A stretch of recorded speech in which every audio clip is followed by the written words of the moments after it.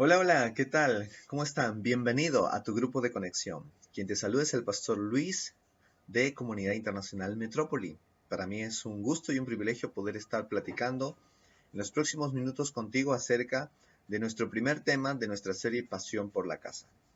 Este tema se titula Un nuevo enfoque de la iglesia. Antes de hacer esta serie, me preguntaron por qué en Metrópoli hacemos lo que hacemos. Es decir, querían encontrar el propósito. Y la respuesta era un tanto sencilla. Y es esta.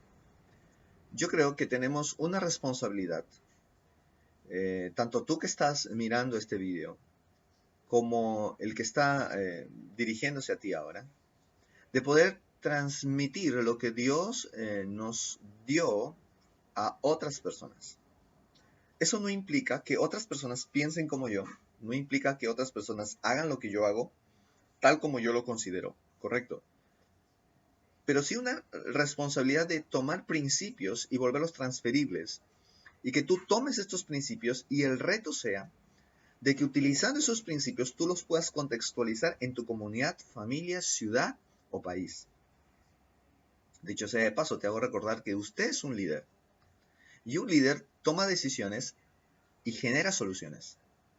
De tal sentido de que tú utilices tu creatividad para poder dar soluciones a circunstancias que tú puedas enfrentar a diario.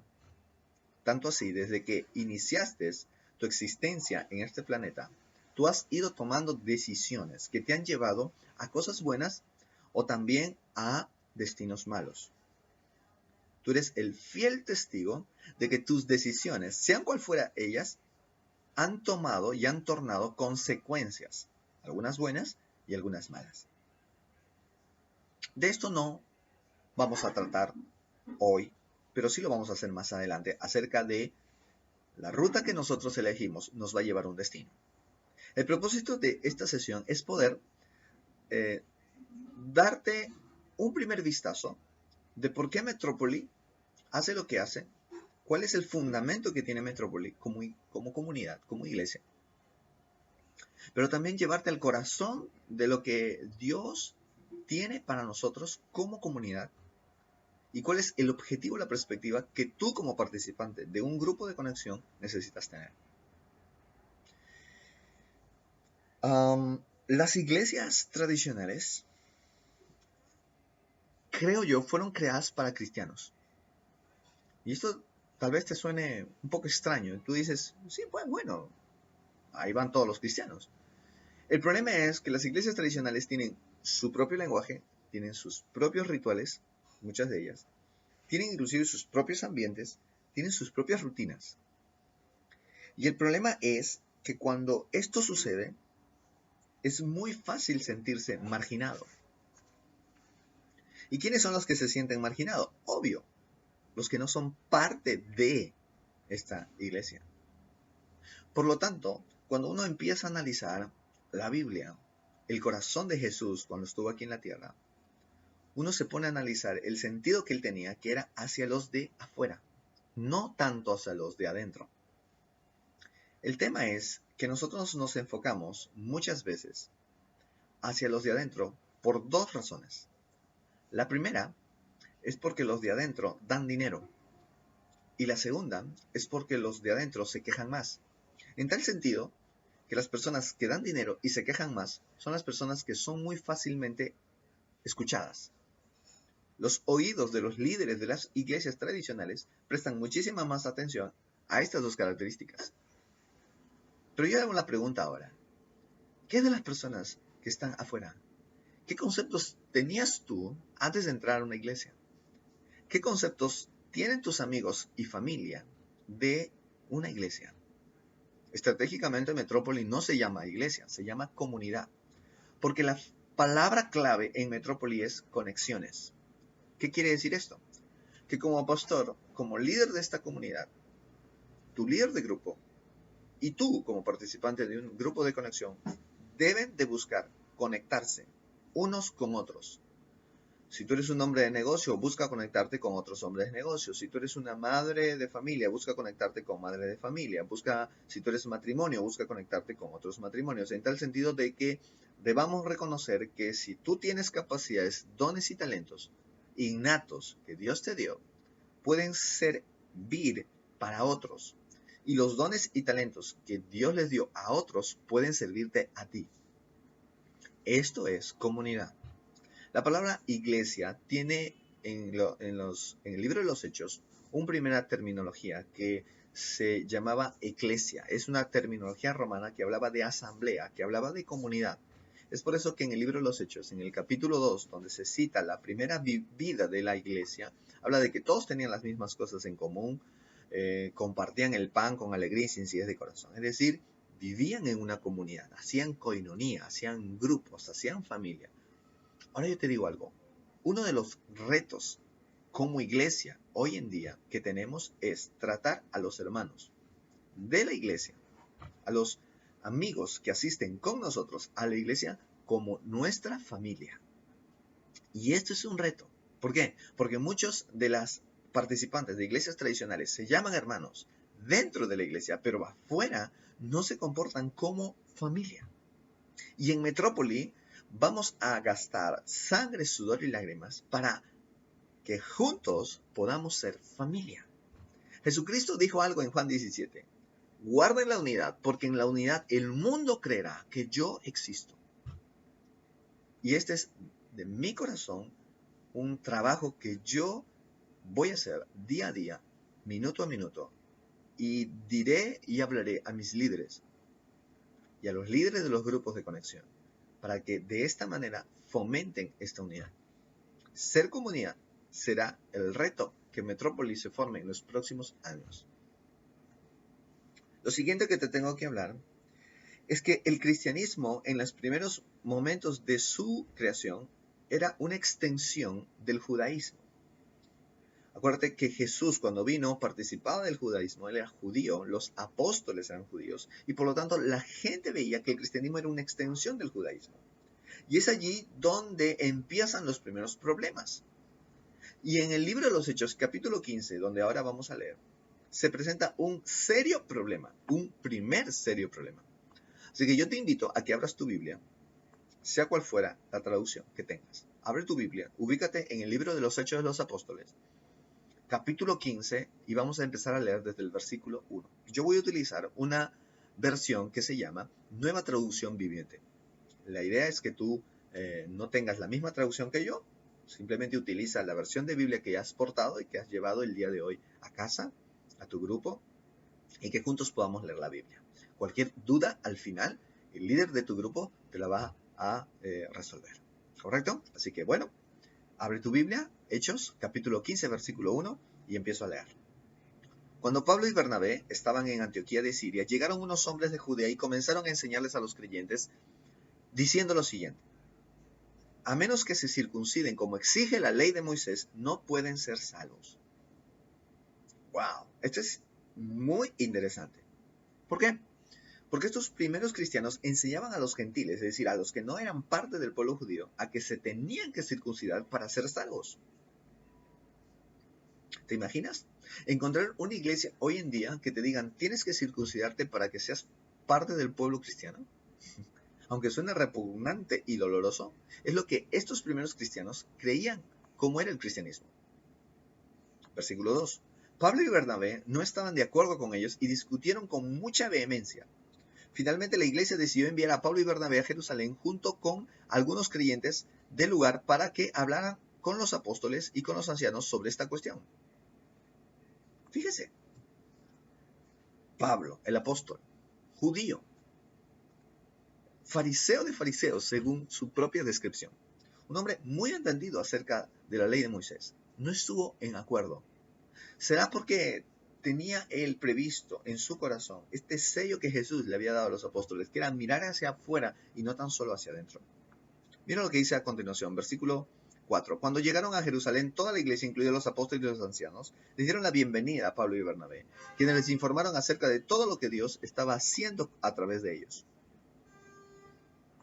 Versículo 5. Pero después, algunos creyentes que pertenecían a la secta de los fariseos se pusieron de pie e insistieron y le decían: los convertidos gentiles deben ser circuncidados y hay que exigirles que sigan la ley de Moisés.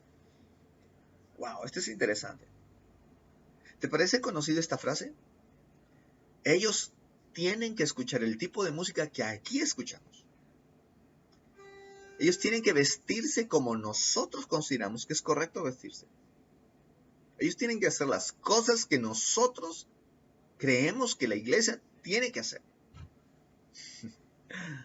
Es interesante porque estas cosas se notan en iglesias tradicionales y denominacionales. No estoy en contra de los rituales cristianos. Lo que estoy en contra es no pensar en los de afuera. El tema es que buscamos nuestra comunidad, buscamos nuestra comodidad, buscamos sentirnos bien nosotros, sin importar que otros se sientan bien. Esto es uno de los grandes desafíos que encontramos hoy en día. Versículo 6 dice, así que los apóstoles y ancianos se reunieron para resolver este asunto. Versículo 7.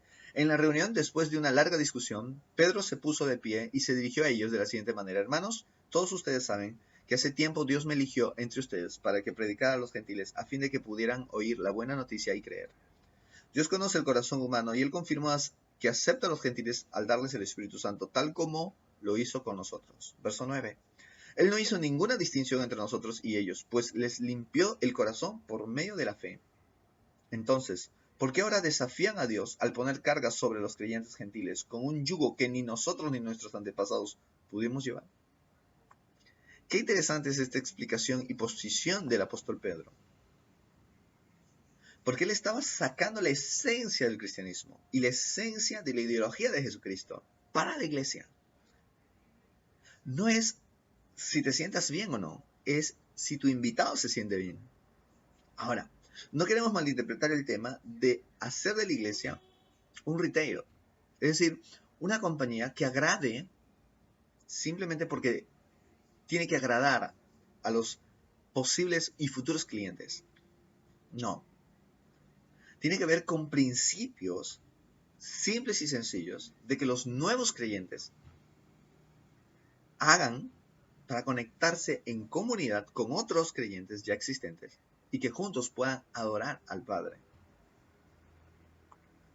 Jacobo, después de una larga discusión, que ustedes lo pueden seguir leyendo todo el capítulo 15, llega finalmente al versículo 19 como conclusión de este asunto. Y el versículo 19 es muy interesante, 19, 20 y 21. Fíjese lo que dice. Mi opinión entonces es que no debemos ponerles obstáculos a los gentiles para que se conviertan a Dios. ¡Wow! Esto en verdad remueve mi corazón, porque entreno a muchas iglesias, entreno a muchos líderes, y tristemente tengo que decir que muchos de ellos ponen infinitas trabas para que la gente se convierta a Dios. Tienen que pasar por serios exámenes, serios tests evaluativos para poder servir, por ejemplo, dentro de un área. Tiene que cumplir ciertas normas y reglas de constitución denominacional para poder servir a Dios y servir a la gente que asiste a la iglesia. Amados, queridos amigos de nuestros grupos de conexión, debo decirte como un hijo de Dios, como un cristiano, de que Dios no hace excepción de personas y que también a los que van a Él, Él no los echa fuera. Entiende que la Biblia dice, ¿quién subirá al monte de Dios y quién entrará en su lugar santo? El de limpio de manos y puro de corazón. No el que cumple sistemas o reglas humanas. Simplemente tú puedes conectarte con Dios a través de Jesucristo con un corazón íntegro. Esto es lo que demanda de ti Dios. Simplemente un corazón sincero, íntegro. No pongas una cara bonita. No porque pongas una cara bonita Dios te va a aceptar. Dios conoce tu corazón. El hombre puede conocer tu rostro, pero Dios conoce lo más profundo de ti. Es por eso de que de nada sirve colocar parámetros que el hombre puede cumplir. Hay algunos que definitivamente son muy difíciles, pero el hombre puede cumplir. Pero ¿estaremos agradando a Dios en verdad? ¿Cuántos de ustedes conocen gente que se ha bautizado en agua y que ahora está perdido en sus delitos y pecados? ¿Acaso el bautismo? ¿Acaso los rituales? ¿Pueden ayudarnos a acercar más a Dios? No. La Biblia dice en Hebreos 11:6, sin fe es imposible agradar a Dios. Porque es necesario que el que se acerca a Él tiene que creer que Él existe en primer lugar y que recompensa a los que le buscan.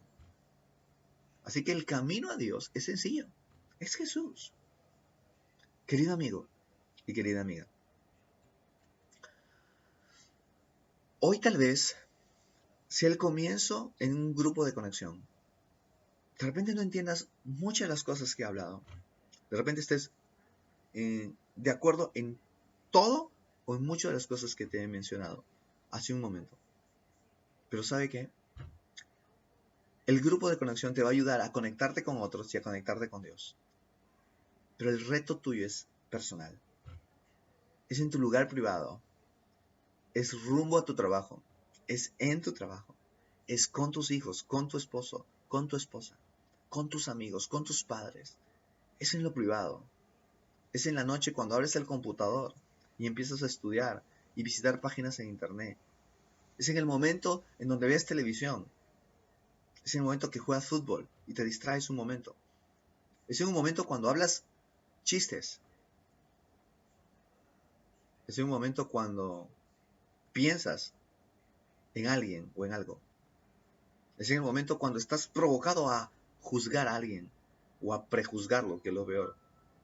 Querido amigo y querida amiga, lo que viene a continuación en nuestro grupo de conexión es que el líder te va a pasar preguntas para que ustedes discutan sobre este tema. Yo te pido simplemente, acércate a Dios. No dejes de asistir a tu grupo de conexión. Es clave en este momento para ti.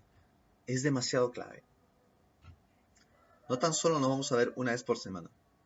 Haremos lo posible para conectarnos en toda la semana. Pero va a depender mucho de ti y de tu disposición de creer.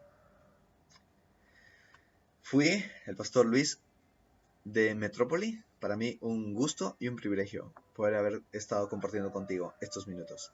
Que el Señor te bendiga y nos encontramos la próxima semana en un nuevo tema de esta serie, Pasión por la Casa. Que el Señor te bendiga. Bye bye.